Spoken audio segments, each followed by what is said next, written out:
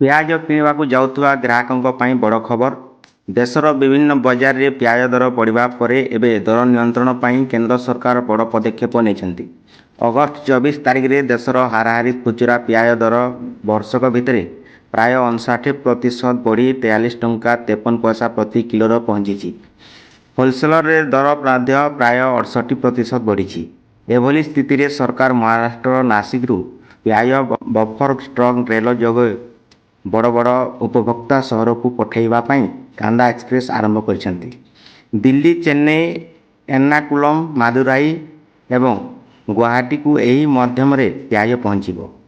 ପ୍ରଥମ କାନ୍ଦା ଏକ୍ସପ୍ରେସରେ ପ୍ରାୟ 800 ଟନ୍ ପିଆଜ ଦିଲ୍ଲୀ ପହଞ୍ଚିବାକୁ ଥିବାବେଳେ ସେଠାରେ ପିଆଜକୁ ସବସିଡି ଦରରେ କିଲୋ ପ୍ରତି 53 ଟଙ୍କାରେ ବିକ୍ରି କରାଯିବ। ଦିଲ୍ଲୀରେ ବର୍ତ୍ତମାନ ପିଆଜ ଦର ପ୍ରାୟ 55 ଟଙ୍କା ଥିବାରୁ ଏହା ଗ୍ରାହକଙ୍କୁ ଆଶ୍ୱସ୍ତି ଦେଇପାରେ। ସରକାରଙ୍କ ମୁଖ୍ୟ ଉଦ୍ଦେଶ୍ୟ ହେଉଛି ବଡ଼ ମଣ୍ଡିଗୁଡ଼ିକରେ ଅଧିକ ପରିମାଣର ପିଆଜ ପହଞ୍ଚାଇବା, ଯୋଗାଣ ବଢ଼ିଲେ ହୋଲସେଲ୍ ଦର ହ୍ରାସ ପାଇବାର ଏବଂ ଏହାର ପ୍ରଭାବରେ ଖୁଚୁରା ଦର ମଧ୍ୟ କମିବାର ଆଶା ରହିଛି। ସରକାର କହିଛନ୍ତି ଦେଶରେ ପିଆଜର ଅଭାବ ନାହିଁ। 2025-26 ବର୍ଷରେ ପିଆଜ ଉତ୍ପାଦନ ପ୍ରାୟ 7 ଲକ୍ଷ ଟନ୍ ହେବାର ଆକଳନ କରାଯାଇଛି, ଯାହା ପୂର୍ବ ବର୍ଷର ପ୍ରାୟ 308 ଲକ୍ଷ ଟନ୍ ଉତ୍ପାଦନ ସହ ପ୍ରାୟ ସମାନ। ତେବେ କାନ୍ଦା ଏକ୍ସପ୍ରେସ୍ ଯୋଗୁଁ ପିଆଜ ଦର କେତେ ଶୀଘ୍ର କମୁଛି ତାହା ଉପରେ